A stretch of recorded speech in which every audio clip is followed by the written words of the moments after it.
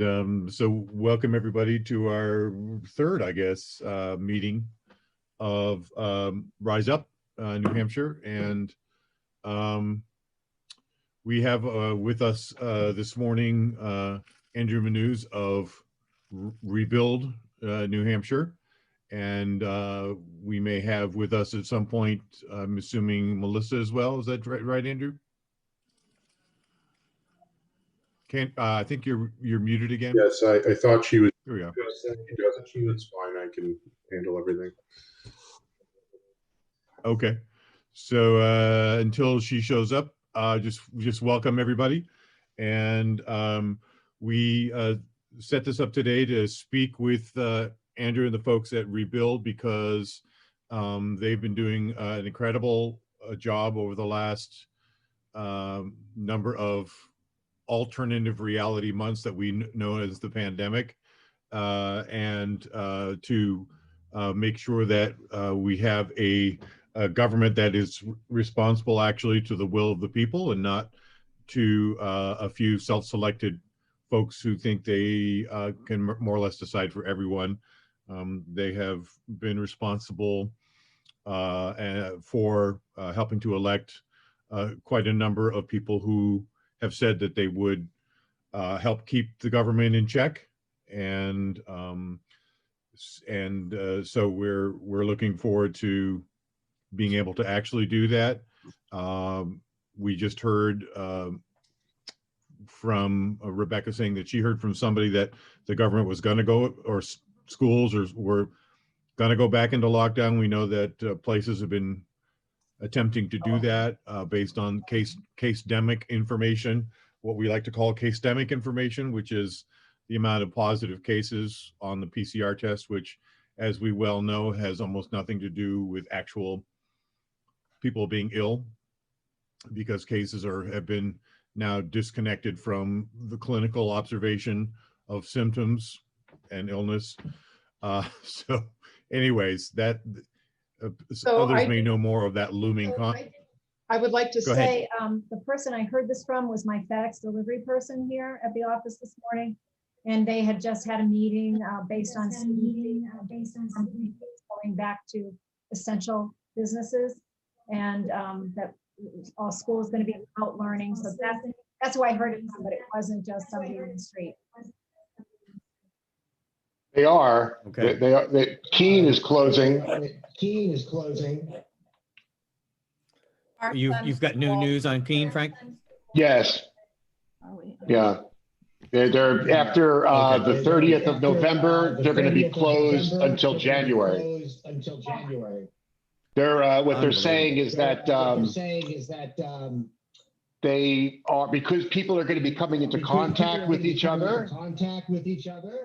Then they're going to be super spreading when they come back to school, I think, is their line of thought. So yeah, it's frustrating. Unbelievable. Our son's school All right. is closed. It will be closed. Is already closed? He comes home tomorrow. Okay. He'll be home for 2 months. He doesn't go back until the end of January. Oh, that's They just ridiculous. closed. Yeah, they just closed Laconia High School for one case. Yeah. one case. What was it, a clinical case, or was it just a PCR test? Do you know? They won't tell us. I won't find out until I go to the school board tomorrow and I push the issue. Okay.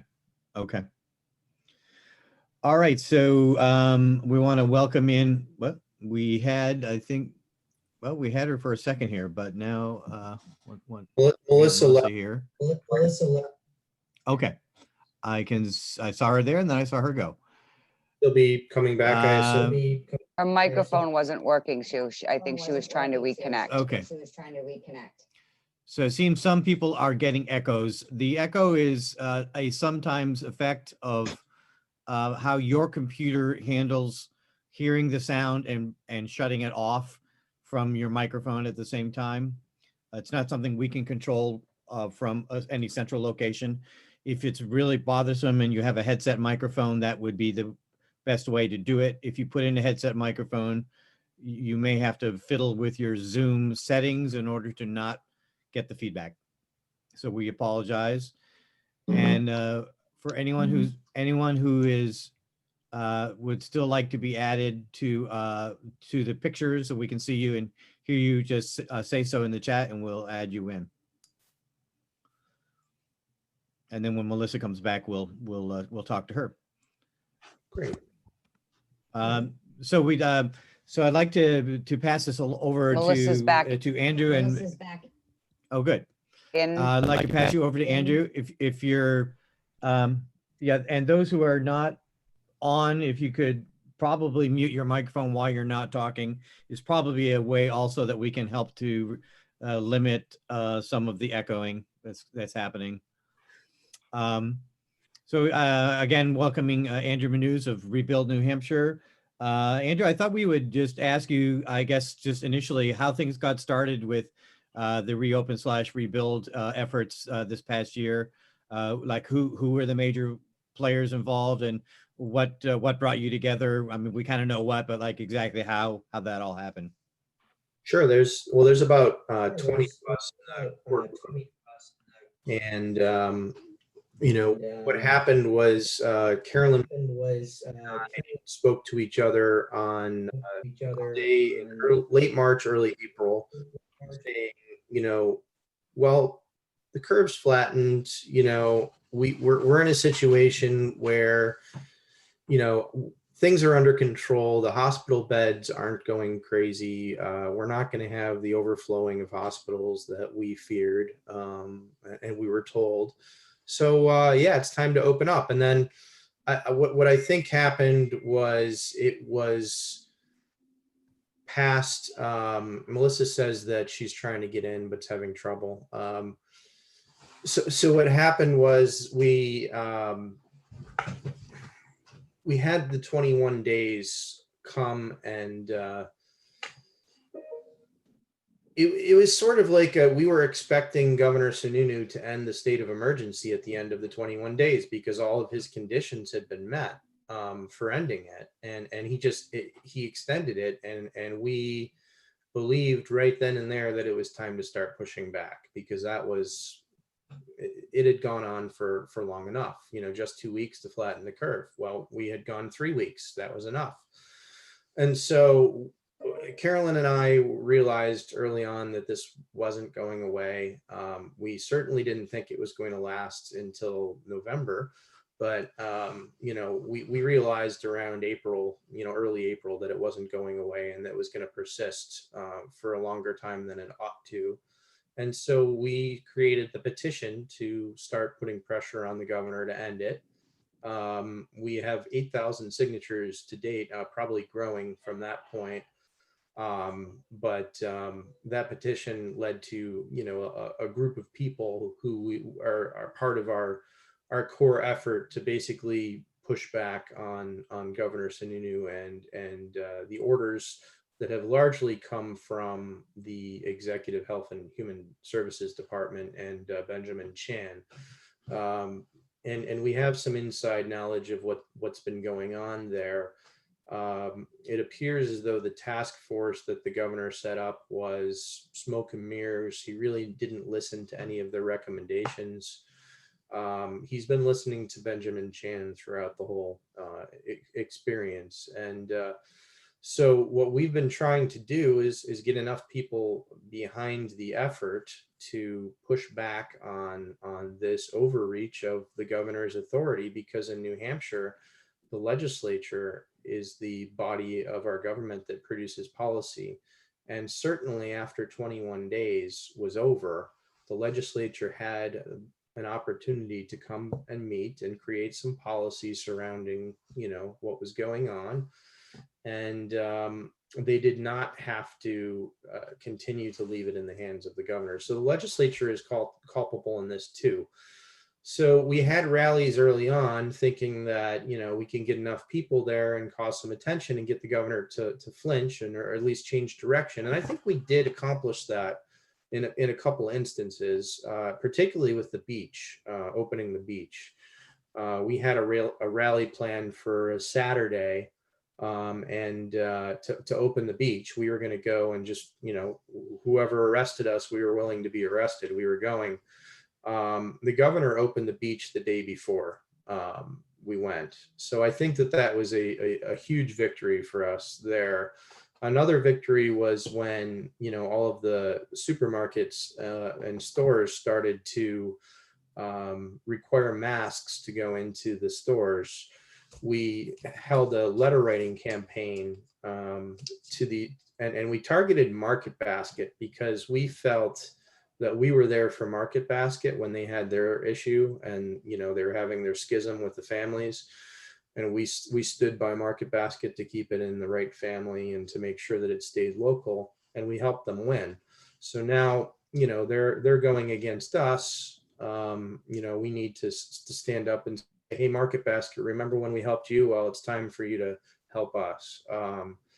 And I think that that was successful too. You know, you go to Market Basket today, they still have the sign up that says masks are required, but I've never worn one once going into any store anywhere, and I won't. I refuse to. And I'm asking all of you to give deep consideration to doing the same thing, for the reason that masks are very much not effective in preventing the spread of disease. I could prove that. And as a matter of fact, they may actually make it worse. They may make it easier to get the disease.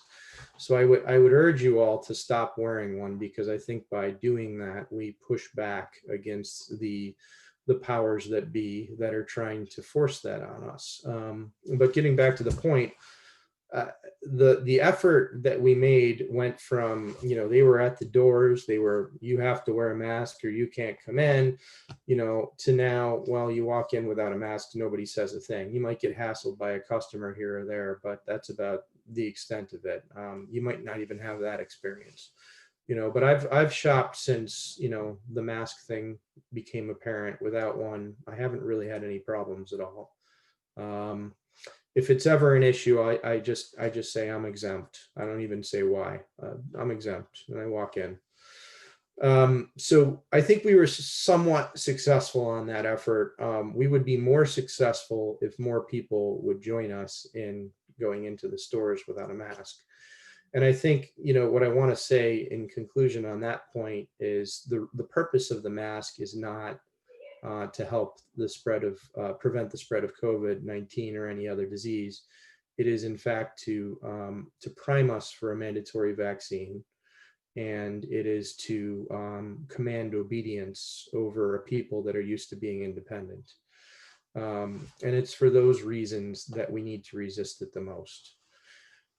So what else did we do? We were formed as a PAC. And as a PAC, it is our duty to help elect representatives who support our core issues.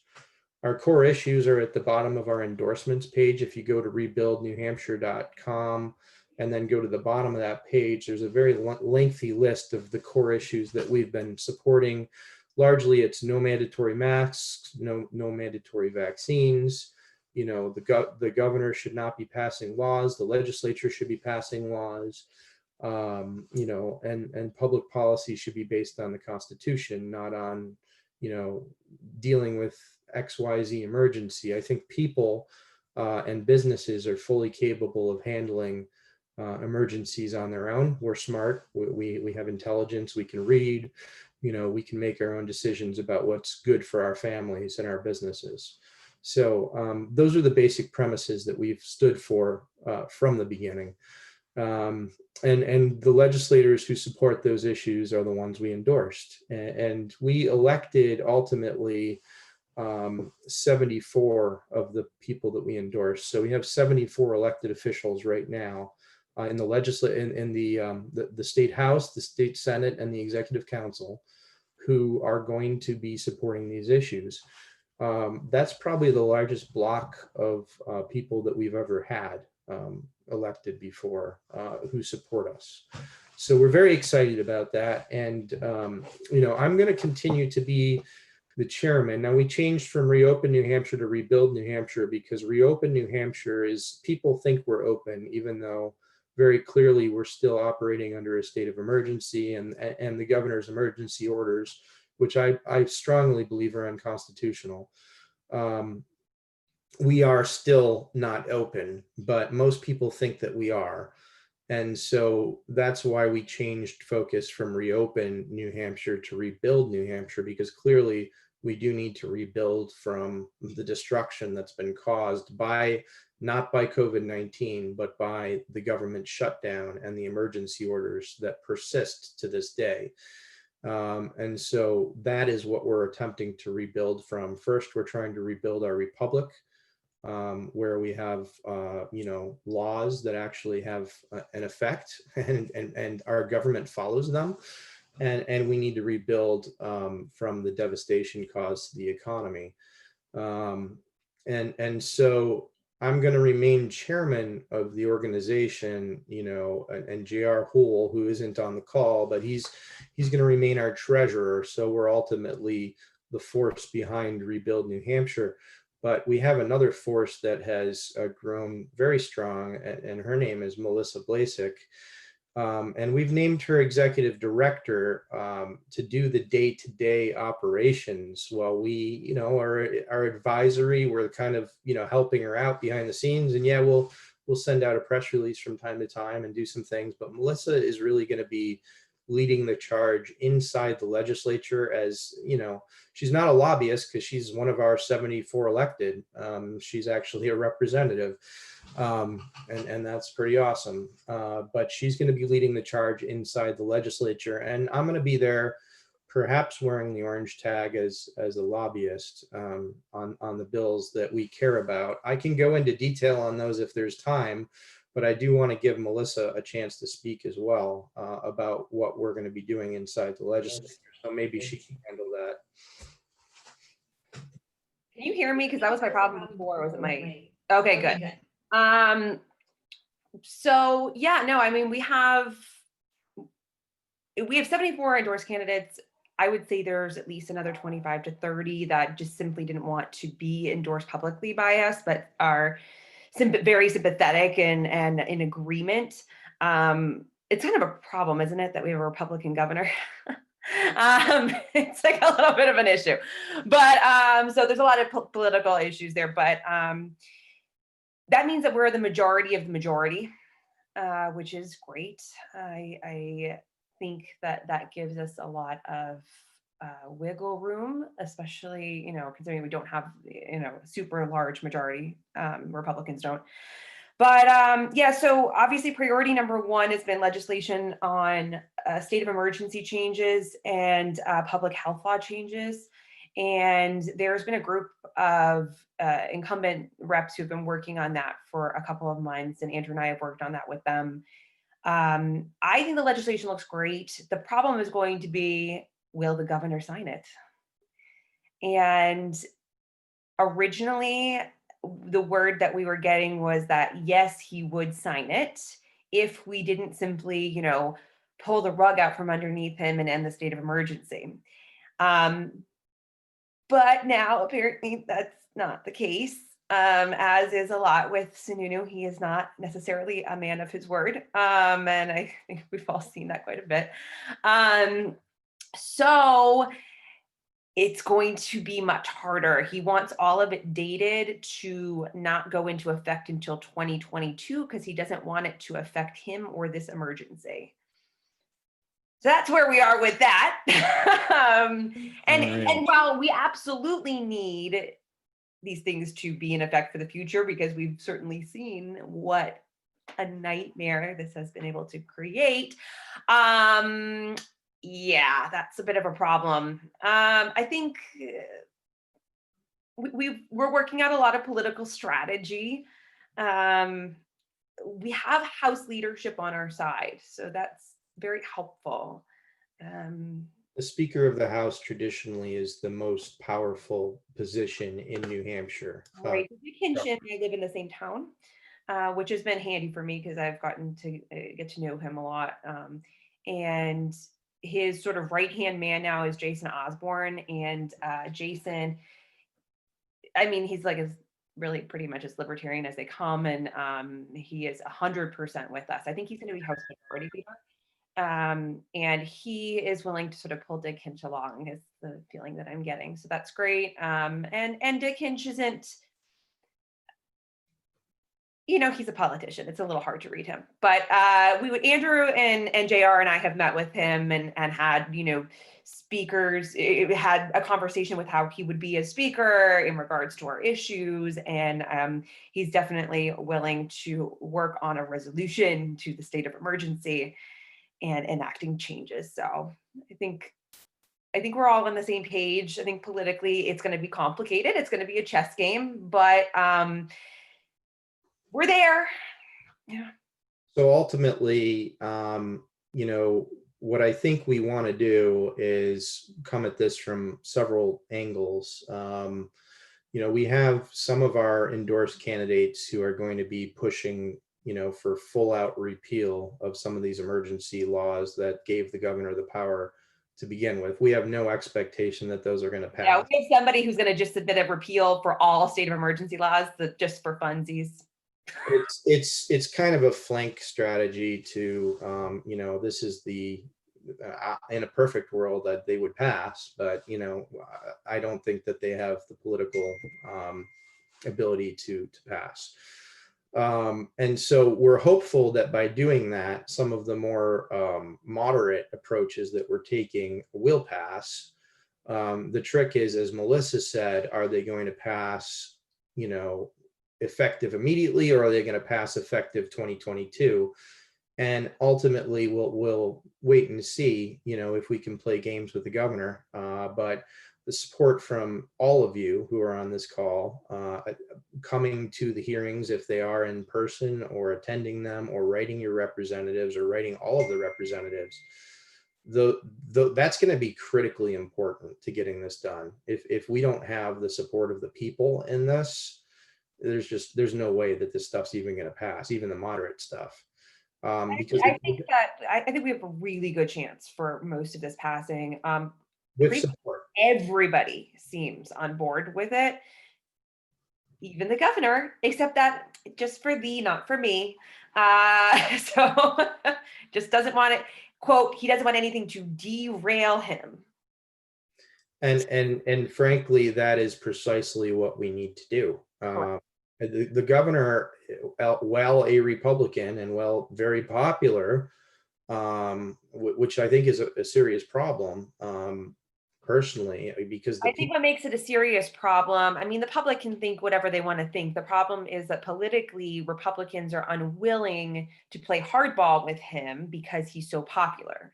And what I think needs to be emphasized by all of us is that we do not live in a democracy. We live in a democratic republic. And whereas a democracy is two wolves and a sheep deciding what to have for dinner, a republic is when that sheep actually gets a voice in the matter, and that voice matters just as much. You know, and we are very much in the minority as a people who are not afraid of this virus and who want our liberty. We're very much in the minority, and that's a very sad thing for me to say, but it's the truth, so I have to say it. And what we need to fight for is for the rights of the minority, for our republic, and for the rule of law to be upheld. And this governor, as popular as he may be, does not believe in the rule of law. He believes in the rule of of himself. I think the first goal needs to be that I mean, the reality is it was a group of reps who got him to reopen originally. They all had a meeting with him. They said, okay, that was kind of at the height of things, you know, in April. And they said, okay, you have to have an out plan now. And so that's when the reopening task force was born. And I think my first goal is to have a similar meeting, but okay, what's the out of the state of emergency? Let's make a plan. It can't just be, you know, maybe someday. I mean, really, the reality was when we talked to his counsel about this, and somebody said, well, so when does he plan to end the state of emergency? And he said, well, I don't know, maybe like June-ish. And one of the reps who's a doctor said, and what's going to be different in June? And he said, well, you know, hopefully COVID's under control by then. And the doctor said, in my medical opinion, this is as good as it gets. And that's the truth of the matter. And what I believe he's holding out for are two things. I have a lot of reasons for saying these things. I'm not sure whether I'm right or not, so use your own judgment and do your own research. But what I believe are his two reasons is, one, he wants there to be a widespread vaccine with most of the population taking it. And number two, I believe that he believes there's going to be another outbreak of a COVID-21 this winter. There's a lot of reason to believe that that's going to actually happen. And it gets into conspiracy-like talk to get into the reasons why I think that. So I'm giving you that warning ahead of time, but the Great Reset is not a conspiracy. They advertise it on the World Economic Forum's website. It's what they want to do. So it's not a conspiracy, it's real. And these people, where it gets into conspiracy is I believe they released COVID-19 intentionally. And some of you about that. I'm just trying to focus on our realities currently and where we are currently. The reason why I'm saying this is because I think that they thought COVID-19 was going to be enough to get their reset, and it wasn't, because I think we have effectively pushed back, and it wasn't strong enough to scare the great majority of the people. So I think COVID-21 is going to be more deadly and more virulent, and it's going to potentially make people like me out to be, the bad guy, because I'm the one pushing for opening and saying that masks aren't effective, and then all of a sudden there might be this uptick that comes this winter. I hope I'm wrong. I really do. I think it could be an uptick regardless, because it's cold and flu season. Flu anymore, people only get COVID. So that's why we have that. But regardless, I think we have a real shot at working politically through this. I mean, the governor needs an out of this just as much as the rest of us. He's just terrified, and he's very politically expedient, and he's worried about his future career. And so I think a lot of it's going to be making sure that he has a political out. I don't know, maybe, in my opinion, I'm willing to offer him that, the legislators can fall on the sword for him. That's fine with me. I don't care. Make the legislature fall. That's a good idea. I think you're going to need more teeth than that. So just in summary, we named Melissa our executive director because she's political, and I am post-political. I was a state representative in 2011 and 2012, and I frankly don't care what people think of me. So I'll say what I believe to be the truth. Melissa needs to be more political and work within the system, and I fully support that, and that's why we're doing what we're doing. The last thing I mentioned is that we're doing a legislator meeting on the 30th. I think that education is a big part of this with the legislators. If we're going to if it's possible to make them brave enough to do very controversial things, they have to feel really assured of their decisions from all angles, right? I think a lot of Republicans can say, well, from a liberty perspective, this is wrong. But a lot of them still felt like the lockdown was scientifically necessary. So we have two of the Great Barrington doctors who are coming to speak to them. And we have Senator Scott Jensen, who's going to come. And we have two OSHA certified health and safety experts who are going to do a mass presentation. And we're going to educate them. And I'm hoping I get Dick Hitch. Excellent. Now, when is this going to be again? On the 30th. If you guys are on our email, we get an email about it. We're not opening it to the public in person, but we are opening it to the public via Zoom. That'd be excellent. So now it'll be recorded then, I assume? Yes. We'll record the whole thing and make that available to our whole email list. So if you haven't signed our petition yet, please do. It will not be available to everybody because I believe it'll be limited to 500 people, and we're hoping that there's more than that. You never know, though, that there might not be, and then everyone who wants to can get in. We're doing an RSVP. Will that be preferential to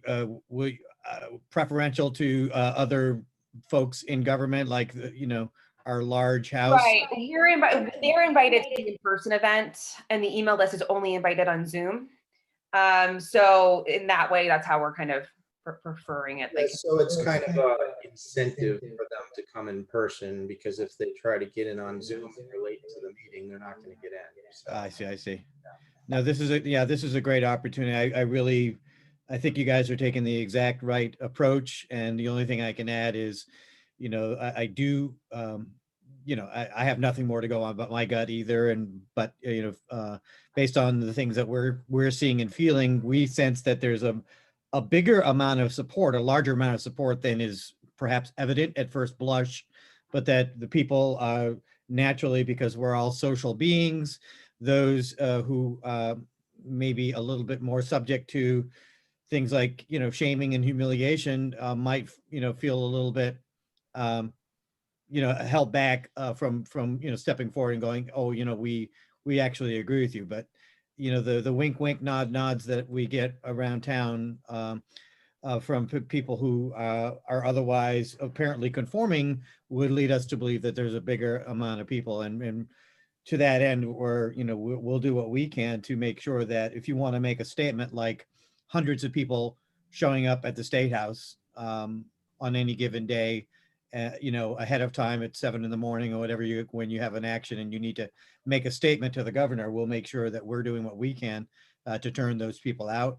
Are you going to have on your website a functionality for putting in, your address and writing to a specific, once you put your address in, it says, oh, here are the people from your district that you need to write to if you're writing to your specific representatives?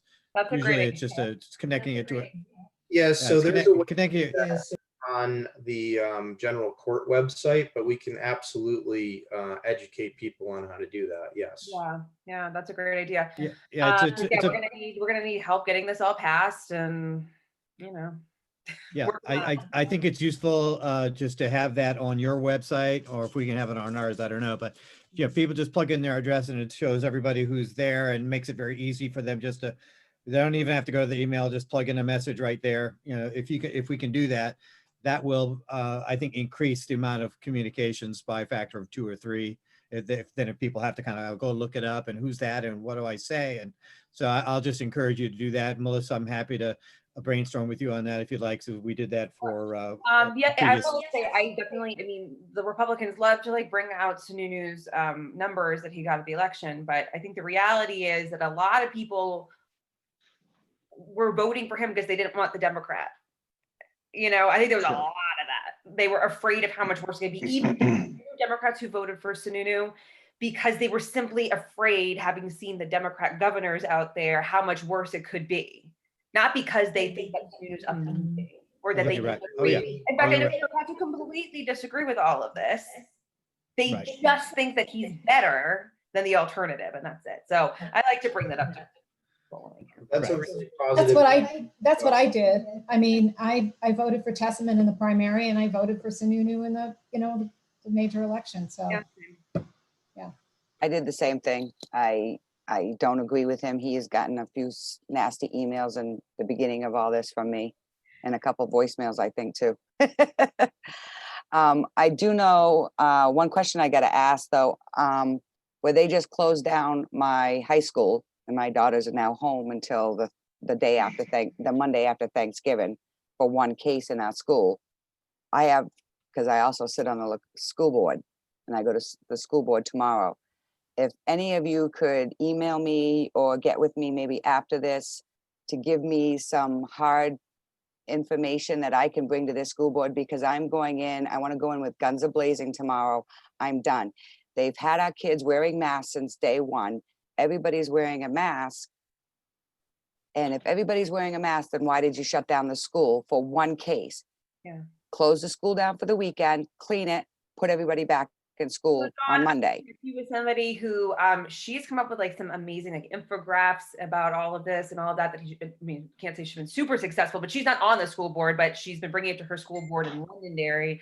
Londonderry is shutting down for the next 2 months. I spoke to Frank's wife because she and I are friendly, and actually I need to call Frank this week, but because you said I should call him. He and the head of DHHS, and you can bring this up, the head of DHHS says that all the children should be in school, period, the end.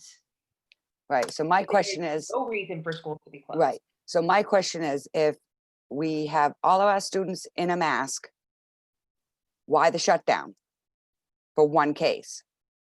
And if masks don't work, then why are our kids wearing it? You can't have your cake and eat it too. Right. And Yes. I am going to bring this up. I have not gone into any of my meetings with a mask at the school district. They have made it mandatory. If you go in any of the schools, you need to wear a mask. They have in our reopening plan, which I didn't agree with. And if it's on record on every one of our school board meetings that I don't agree with it. They have now threatened me with a lawyer saying that I am violating the code of ethics as a school board member by not wearing a mask to my meetings. And they said that I need to wear a mask when I go to my meeting tomorrow, my 2 meetings tomorrow. I have a strategic planning meeting and then the school board meeting tomorrow night. And how am I supposed to, how do I fight back on this? I need some guidance because I'm not giving in. They know, first of all. And then, But legally, how do I, because they're saying that they can use a lawyer saying that I'm violating the code of ethics by not following the reopening plan. Did you sign any written agreements that obligate you to those rules? I might have sent, when I first started, I might have signed something like 3 years ago, following the code of ethics. You have to visit that. And if they allow themselves the liberty to update the code of ethics to include arbitrary nonsense, like which they probably are doing, then it's your consent is implied. So they would use that over your head to tell you why, that would be the excuse why you're required to do so. So that would be my guess is the way right. And that's what I think that's what they're trying to say is that as a school board member, I need to follow the protocols that we've set in place, and that if I don't, I'm going against the code of ethics, and they could have legal action against me. Well, let me offer one bit of unsolicited advice, right? Obviously, you make what decisions are best for you. We need people's voices to be heard. I would not suggest that you use this as a reason to sort of remove yourself from those forums. I mean, you should be there and to be heard. If you have to put a mask on and write across the mask some message that you want to convey, like this is nonsense, or I'm only doing this because I'm forced to, or something, but please be heard, stay in the mix, right? Because your voice is important, even though if you must comply, to that extent, just to stay there, it's important that we're not, cutting our noses to spite our faces. Otherwise, all that's going to be left are compliant sheep who are going to be making all the decisions because they're willing to follow all of these rules, which are completely arbitrary and don't make any sense in the context of a virus. I want to ask Melissa a question, if I could, while I have attention. Sure. So I, like Andrew, and I think a lot of people on this panel recognize that this isn't about a virus, right? I mean, if we didn't know it before, maybe we know it now. Let's just admit it, right? This is about something else. In the reset, which is something that has to happen and is going to be jammed down our throats rapidly, where are we in New Hampshire? And if this issue has come up, great. If not, maybe it's time to bring it up. With transactional independence, does New Hampshire, like other states, provide that its residents are free to use gold and silver for currency? Does it provide in any way that we have access to a physical exchange in transactions? Because this is going to come while we're focusing on the medical issues, and granted, all this stuff is very important. We're actually focusing on what you could almost is akin to the deception. And we're not seeing, we're not focusing as much on the real tsunami of economic woe that's rolling out, one of which is going to be very quickly a federal digital coin. And they're going to, at some point soon, and we know it's coming, they're going to make cash illegal. And as you know, state governments can push back against that. And so if it's not something that's discussed now, or it's not something that's really being addressed now, I think it would be a good time to bring it up with our newly formed legislature, given the fact that we now have people who might recognize these liberties as very important. Because I'm telling you now, what's going to happen is we're going to go to bed on a Sunday night, and on a Monday morning, we're going to wake up and it's going to be announced that, you know, you now have X amount of time to turn in all your cash, maybe even your gold and silver. You know, that day is coming very rapidly. I'd like to add to that, and that type of process we would see in New York on a regular basis. Everything was done in the cover of night with no notice to any of the people. They would pass this legislation that they would vote on in small groups, 3 o'clock in the morning behind closed doors. There are literally times when they put plywood up over the doors of public buildings to keep people out from disagreeing with their agenda.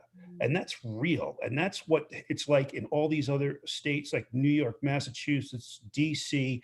That's how they vote on things, which isn't voting, it's collaborating. And it's done behind our backs without our knowledge. And you're completely right about this. And we have to address it, because once it happens so fast that you can't stop it.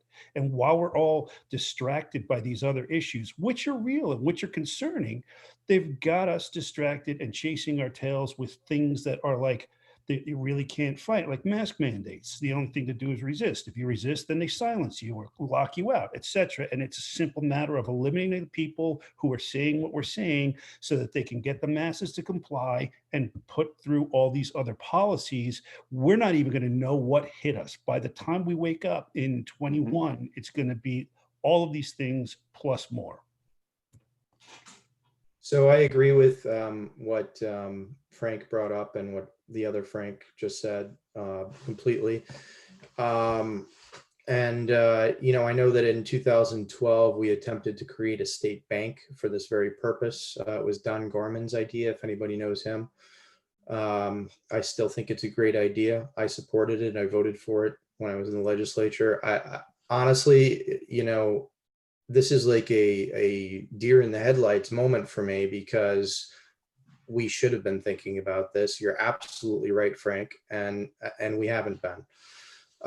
This should definitely be part of the legislation we're submitting. I know that Utah, for instance, has created a currency that is literally made with gold. And it's in different denominations. I think the $1 note is worth $3.50 right now. So you can put it in your wallet and hold it. It's a plastic laminate with little threads of gold in it. So it has the right amount of gold to equate to the value that's on the face. And it's actually very easily transferable. And the state of Utah has literally made this legal tender in the state of Utah. If you know a guy named Ian Freeman, he actually is producing New Hampshire's version of this for sale. I mean, it has numismatic value in itself. It's a very beautiful currency. I bought some of the Utah stuff. It's great. But the New Hampshire stuff won't be legal tender per se unless we make it so. And if you look it up online, it's really neat. Like I said, I bought some and I own it.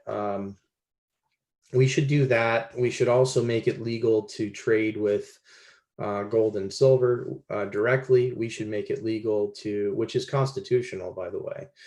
And we should make it legal to trade with cryptocurrencies. I know that several retail outlets accept Bitcoin and Bitcoin Cash and Dash, I believe.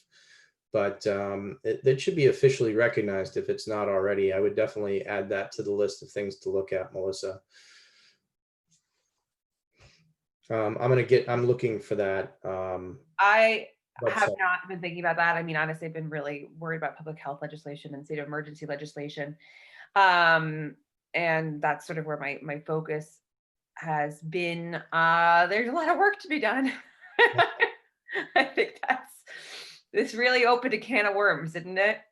Yeah, Yeah. it sure did. Somebody wrote on the chat thread that 7 states have defeated Agenda 21. What does that mean? I mean, Agenda 21 was not, I mean, it's not like legislation. What does that mean? Well, I didn't write that, but I think it may well be that the way that Agenda 21 has been rolled out has been to get municipalities to sort of like officially sign on. You know, it's like signing on to like a climate agreement type of thing. So like, yes, we're gonna sign on. We're gonna participate and cooperate with whatever's coming down the pike vis-a-vis Agenda 21, Agenda 2030. Okay. That's my understanding. If somebody has a different Yeah. understanding. I see. Okay. Heather, do you want to talk? If you're available to talk, just say so in the chat and I'll add you up. There she is. You can unmute yourself, Heather, if you want. Did So- that work? Did that work? Yeah, we can hear you. Go ahead. Did that work? Go ahead. So they get the Agenda 21 in on you can go to any town and you can look it up and it's going to fall under something green, this green. It sounds all fabulous, but it essentially means that they've agreed to take money to push that agenda forward. And they have to meet certain guidelines at certain dates. And we had a chance to defeat this in New Hampshire. I watched I'm very new to politics, but I watched them argue this with the representatives, and people got up and spoke about it. They explained what it was. They showed the initiatives in their locality, and it still went through in this state. So the cities and towns in New Hampshire are rolling forward with Agenda 21. Can you send me anything you have on that? Like when they argued that, like what it was called, all of that kind of thing? Anything you can find on that? I will try to go back through. I've been trying to keep an inventory of the things I come across. But I firmly believe that Sununu's visit to Dubai in 2019 had everything to do with Agenda 21 and pushing that through this state. And I am disgusted. He had several closed meetings that were not made public. And I'm just floored that he got elected again. It's really, everybody in our country has failed to do their homework, I think. And Heather, what is Agenda 21? Agenda 21, to me, the most frightening, they basically don't want you to own anything. The ultimate goal is by the year 2030 that you will not be able to own property. And you can look this up on the world. Andrew was stating, this is on the World Economic Forum. And you can look all of this up. This is not conspiracy. This is on the UN's website. It's on the World Economic Forum website. It is lockstep with the Great Reset. It is the Great Reset. And John Michael just put this up on shared his screen, and he's showing this to us. Heather, do you want me to upgrade you to a panelist so you can see stuff? So I am seeing it. I do see it. Oh, okay, good. Okay. Yeah. Yeah, this is happening. It's not a question. The question is and it's been going forward for several years now. And I'm very disappointed that the live free or die state that I recently moved to, it is one of the states that signed up for this. I was hoping we were going to be in one of the 7 who rejected it. It is important to recognize that Sununu is someone who we cannot reason with, because it is my strong opinion, backed up with quite a bit of evidence, that he's in on it and he's involved. I agree. So that's why we have to wait until his term is up to make make any of this stuff effective, because by then it's not going to matter. We're not going to be New Hampshire anymore.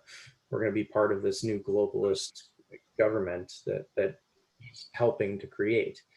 That's my strong opinion on the matter. And that's why I think, waking up the representatives that are not knowledgeable about this is probably one of the most important things that we can do, because they can stop it. They have the power to stop it.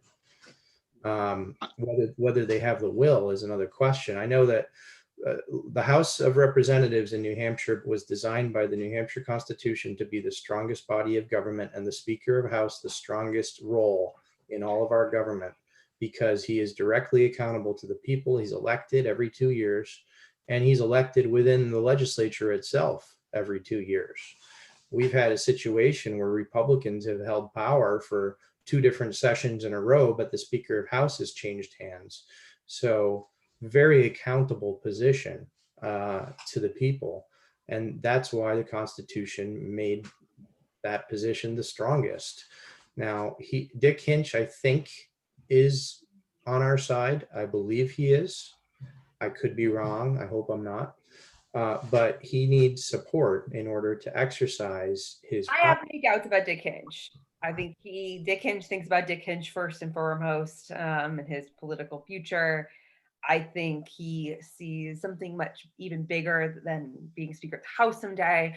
But I also think that he does have the right philosophy, generally speaking, about freedom. So. Well, he's introducing an education freedom bill, for instance. So he tends to be on our side. The question is, how much political capital is he going to be willing to spend? And that's where we come in. That's where the people come in. We need to spend some political capital.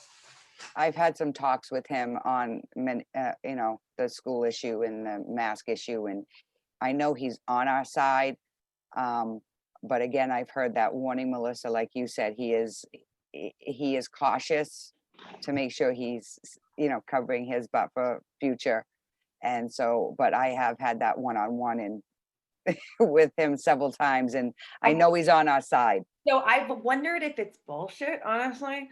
But Jason Osborne, who I actually do trust a lot, 100% believes that his political philosophies are real, and honest and principled. And so I think that holds us in really good stead. So I know he doesn't like to wear a mask.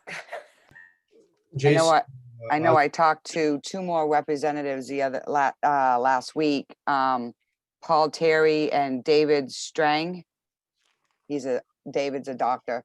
And we were at a meeting the other night over at Norm's house, and we are all on the same page. So you have got solid backup for a lot of this. And I know that,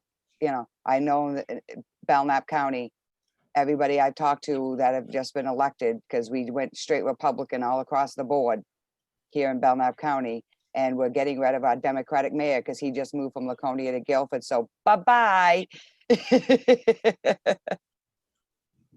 So I put the link in the chat, goldback.com, for anyone who is interested in checking that out. But if we can make those legal tender for trade and purchasing in New Hampshire, that would be an amazing feat.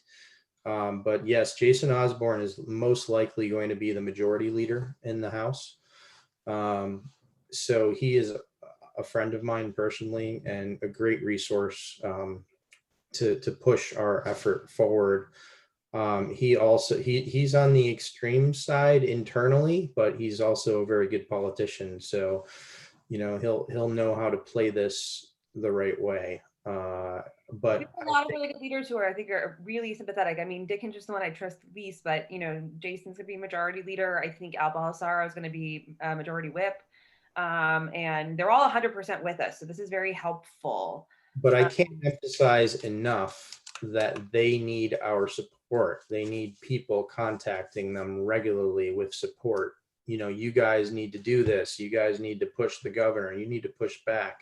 Yeah, they think that you're not with them. They think there isn't enough public support. That's like their political fear, that there isn't enough public support for ending the state of emergency, that there isn't enough public support to resist a lockdown. I mean, I'll be honest, my very first goal here with this meeting on the 30th is to garner enough support that if Sununu makes a move towards a lockdown, that we will just pull the plug. Nice. And you said we can find these legislatures as the ones you endorse on the website, right? Is that right, Andrew? Yeah, right. One of my tasks for today or tomorrow is to update the website with our elected Okay. endorsements. I haven't done that yet just because I've been crazy busy, but the elected endorsed will be on our webpage as of this Tuesday night at the latest. And I need to get an email out announcing the event on the 30th first. So that's probably going to take priority.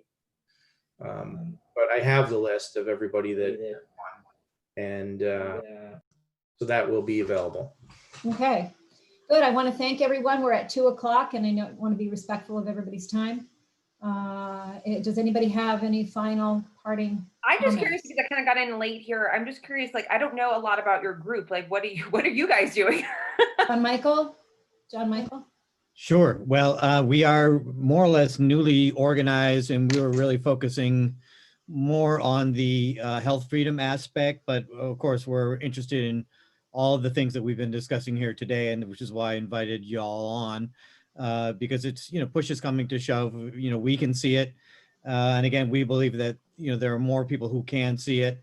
So we've just tried to start our own little firestorm with our efforts here initially around trying to curtail the limitations on children in masking and limitations on school, which have no basis in any kind of science. And we're, right now, if you see our website, we're very much focused on education, letting, people know what we know. I've written a 200-page book that I continue to update to try to, essentially aggregate most of what I see together. It may not be what you focus on necessarily. And so, I think what we can in part do is, to help get people turned out for the certain things that you're doing. And I can work with you, Melissa, in terms of, putting heads together. I was involved in the death penalty repeal work before this, which was a bipartisan, even though we know that Sununu eventually leaned on a bunch of Republicans. So we actually had very broad support, and we did pass it eventually through a veto override.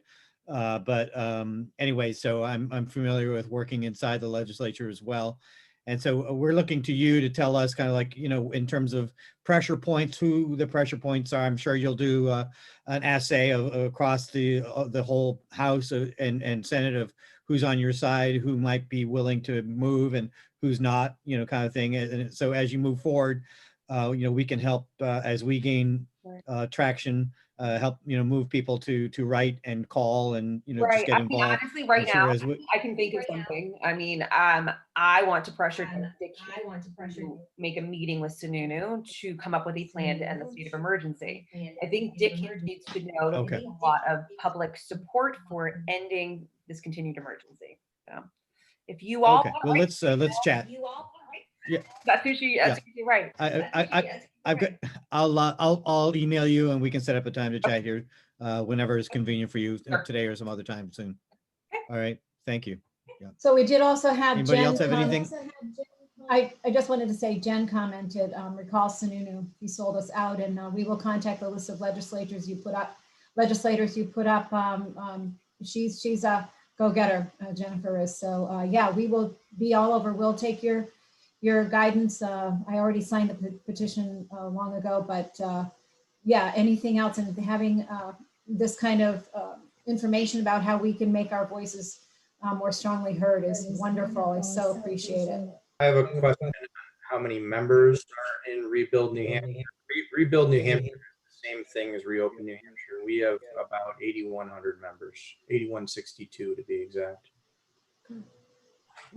Good.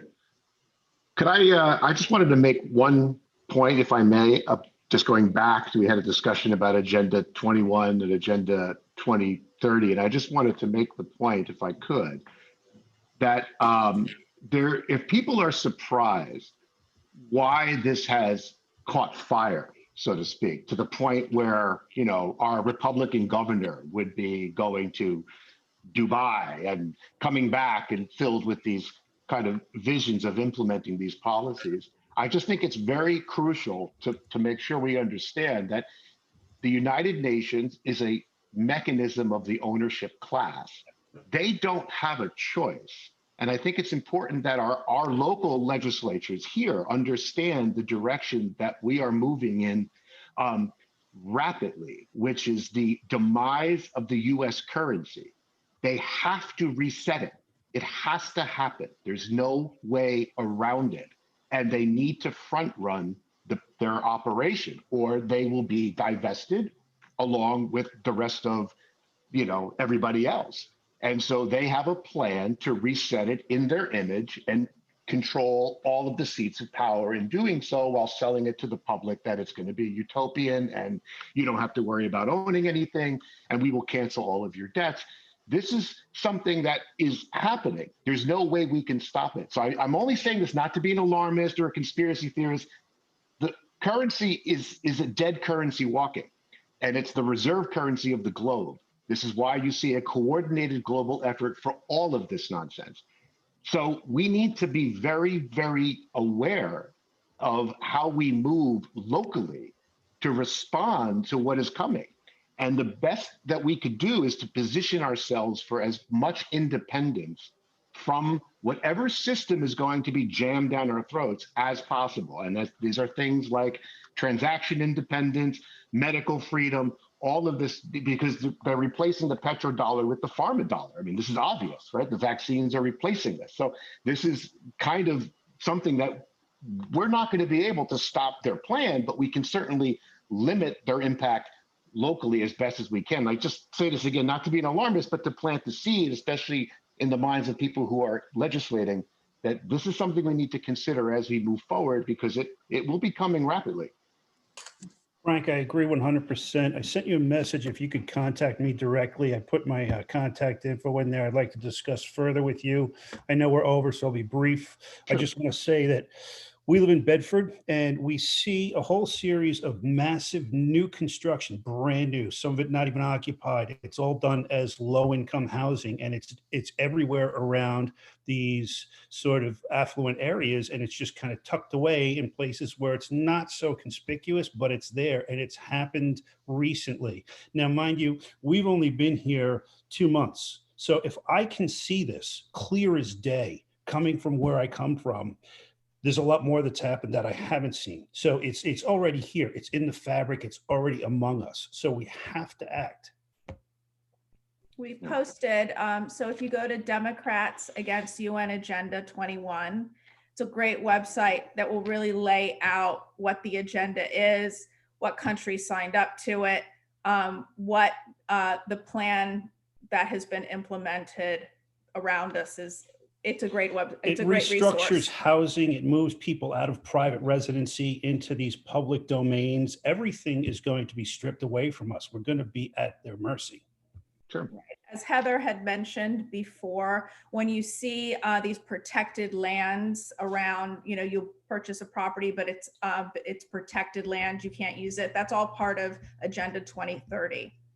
So it's a government take your property incrementally under the guise of green, healthy conservation.